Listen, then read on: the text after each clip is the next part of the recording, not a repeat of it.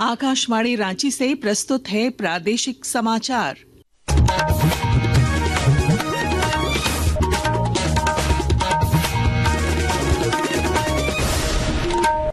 नमस्कार, प्रादेशिक समाचारों के साथ मैं पूनम करकेट्टा। पहले मुख्य समाचार।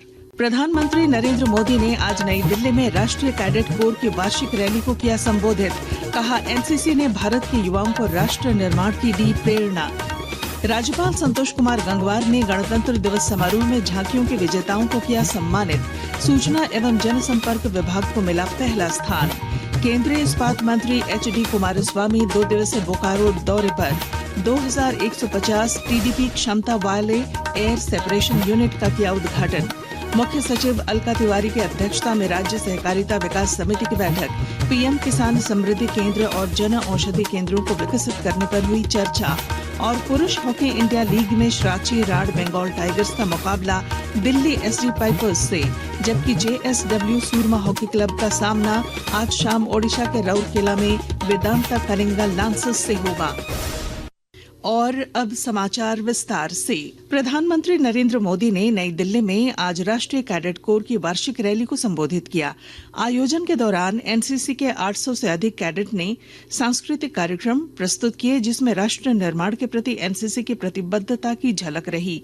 रैली में 18 मित्र देशों के 144 युवा कैडेटों ने भी परेड किया। मौके पर प्रधानमंत्री मोदी ने कहा कि एनसीसी ने भारत के युवाओं को राष्ट्र निर्माण की प्रेरणा दी। जिस कालखंड में देश आजाद हुआ, एनसीसी की शुरुआत भी उसी समय हुई थी। 75 वर्षों के गणतंत्र में भारत के संविधान ने हर समय देश को लोकतांत्रिक प्रेरणा दी, नागरिक कर्तव्यों का महत्व समझाया। इसी तरह एनसीसी ने भी हर समय भारत के नौजवानों को राष्ट्र निर्माण की प्रेरणा दी और उन्हें अनुशासन का महत्व समझाया। राज्यपाल संतोष कुमार गंगवार ने राजभवन में आयोजित बीटिंग रिट्रीट और एट होम समारोह में गणतंत्र दिवस परेड के बैंड और झांकियों के प्रतिभागियों को पुरस्कृत किया। बीटिंग रिट्रीट के साथ ही 76वें गणतंत्र दिवस समारोह का समापन हो गया। रांची के मोराबादी मैदान में गणतंत्र दिवस पर आयोजित राज्य स्तरीय समारोह में निकाली गई झांकियों में सूचना एवं जनसंपर्क विभाग को पहला स्थान मिला। 11 आकर्षक और अलग अलग थीम पर बनी झांकियों में महिला बाल विकास एवं सामाजिक सुरक्षा विभाग को दूसरा और स्कूली शिक्षा तथा साक्षरता विभाग की झांकी को तीसरा स्थान मिला है।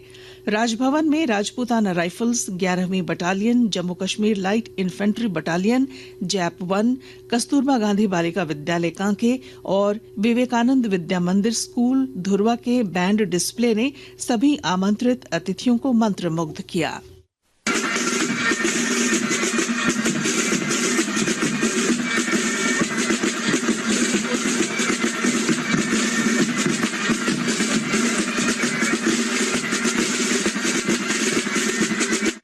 संयुक्त संसदीय समिति ने वक्फ संशोधन विधेयक को 14 बदलावों के साथ मंजूरी दी है।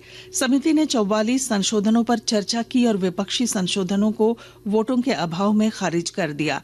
जेपीसी को बजट सत्र में अपनी रिपोर्ट पेश करनी है। मौके पर भाजपा सांसद और जेपीसी अध्यक्ष जगदम्बिका पाल ने कहा कि विपक्ष के सुझाए हुए संशोधनों पर भी मतदान हुआ, लेकिन समर्थन नहीं मिला। 44 संशोधन को जेपीसी को सुपुर्द कर दिया गया था। जेपीसी की आज उस 44 संशोधन पे, उस पे एक एक संशोधन पे चर्चा हुई। यह हमारी अंतिम बैठक थी, तो सभी सदस्यों के द्वारा, चाहे किसी पक्ष के हों, उन लोगों ने अपने संशोधन दिए थे। उसमें 14 संशोधनों में संशोधन स्वीकार हुआ है, वो भी संशोधन मूव करने पे वोटिंग के बाद बहुमत के आधार पर। 2 दिवसीय दौरे पर बोकारो पहुंचे केंद्रीय इस्पात मंत्री एचडी कुमारस्वामी ने बोकारो स्टील प्लांट का भ्रमण किया और 2150 टीडीपी क्षमता वाले एयर सेपरेशन यूनिट का उद्घाटन किया। साथ ही उन्होंने संयंत्र की मुख्य इकाइयों का निरीक्षण किया और संयंत्र की उत्पादकता बढ़ाने के लिए इसके महत्व पर जोर दिया। कल वे सेल की कोलियरी चास नाला का भी दौरा करेंगे। आकाशवाणी के ताजा तरीन समाचारों के लिए आप हमारी वेबसाइट newsonair.gov.in पर लॉग ऑन कर सकते हैं। ताज़ा समाचार X handle @AIR news alerts और Facebook page All India Radio News पर भी उपलब्ध है। आप प्रादेशिक समाचार एकांश के एक्स हैंडल @AIR न्यूज _ और फेसबुक, इंस्टाग्राम पेज तथा YouTube channel AIR news Ranchi पर भी हमारे बुलेटिन सुन सकते हैं। प्रादेशिक समाचार आप आकाशवाणी रांची से सुन रहे हैं। शेष समाचार इस विराम के बाद। क्या आपको पता है अफीम की खेती एक बड़ा खतरा है, न सिर्फ हमारे पर्यावरण के लिए बल्कि हमारे समाज के लिए भी। अफीम की खेती भूमि को बंजर बनाने के साथ साथ हमारे जल स्रोतों को भी प्रदूषित करती है। इससे न केवल मानव जीवन बल्कि पूरे वातावरण पर भी बुरा असर पड़ता है। झारखंड पुलिस आपसे अपील करती है, अफीम की खेती को रोकें, नशे के इस जाल से हमारे भविष्य को बचाएं। याद रहे, अफीम की खेती करने वालों के खिलाफ कड़ी कानूनी कार्रवाई की जाएगी। अफीम की खेती करने वालों के खिलाफ और PIT NDPS अधिनियम के तहत कड़ी कानूनी कार्यवाही प्रावधान है, जिसमें 20 साल से लेकर आजीवन कारावास तक की सजा और भारी जुर्माना हो सकता है। अफीम की खेती, परिवहन एवं दुरुपयोग से निपटने के लिए इस गतिविधि में शामिल व्यक्तियों के खिलाफ कड़ी कानूनी कार्रवाई की जाएगी तथा उनकी अर्जित अवैध संपत्ति को भी जब्त किया जाएगा। आइए हम सब मिलकर झारखंड को नशे से मुक्त बनाएं। झारखंड पुलिस तथा सूचना एवं जनसंपर्क विभाग, झारखंड सरकार द्वारा जनहित में जारी। प्रादेशिक समाचार में आपका फिर स्वागत है। राजधानी रांची में आज मुख्य सचिव अलका तिवारी की अध्यक्षता में राज्य सहकारिता विकास समिति की बैठक हुई, जिसमें उन्होंने सहकारिता क्षेत्र को राज्य हित में विकसित करने पर जोर दिया। बैठक में 1270 लैंप्स पैक्स के ऑनलाइन होने और बाकी 230 के 31 मार्च तक कंप्यूटरीकृत करने का लक्ष्य है। लैंप्स पैक्स को पीएम किसान समृद्धि केंद्र और जन औषधि केंद्रों में विकसित करने पर भी चर्चा हुई।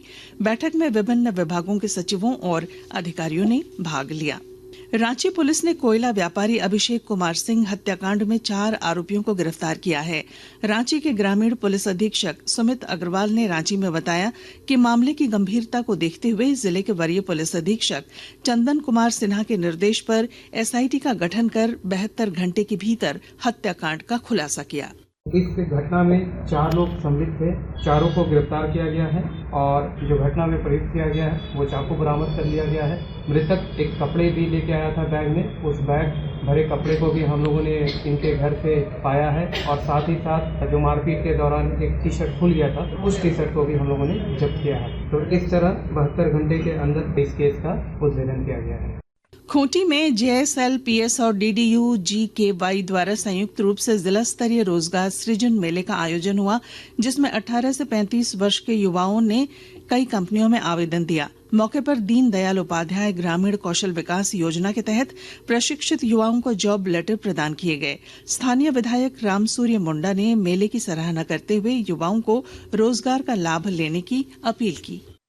खुशी की बात है कि आप सबको इस रोजगार मेला में रोजगार मिलेगा, नौकरी मिलेगा। आप सब मन लगन के साथ ज्वाइन करिए और विभिन्न क्षेत्र में आप सबको भेजा जाएगा। मन लगा के अपना काम करना है, आगे बढ़ना है। कोडरमा जिले में बढ़ती ट्रैफिक समस्या को देखते हुए ट्रैफिक थाना खोलने का प्रस्ताव राज्य सरकार के पास भेजा गया है। और जानकारी के साथ हमारे संवाददाता।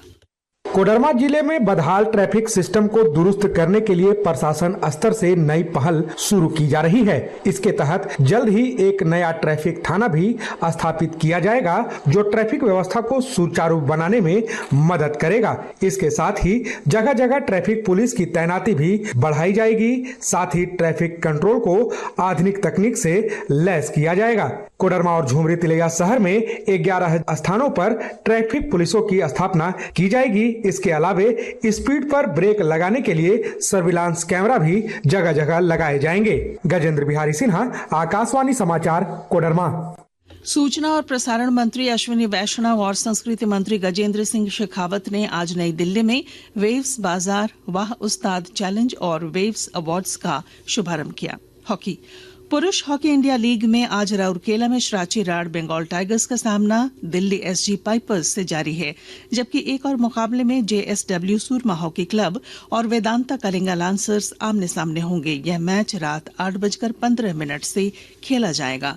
और अब अंत में मुख्य समाचार। प्रधानमंत्री नरेंद्र मोदी ने आज नई दिल्ली में राष्ट्रीय कैडेट कोर की वार्षिक रैली को किया संबोधित।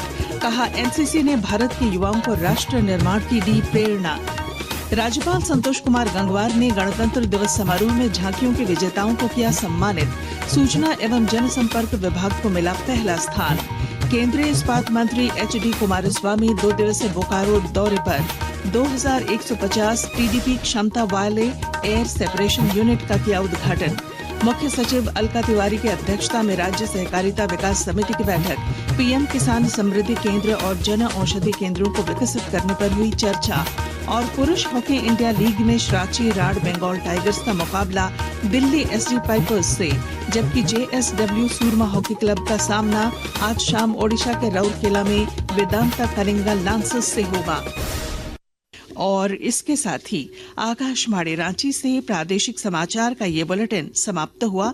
अगला प्रादेशिक समाचार बुलेटिन कल सुबह 8:30 बजे प्रसारित किया जाएगा। नमस्कार।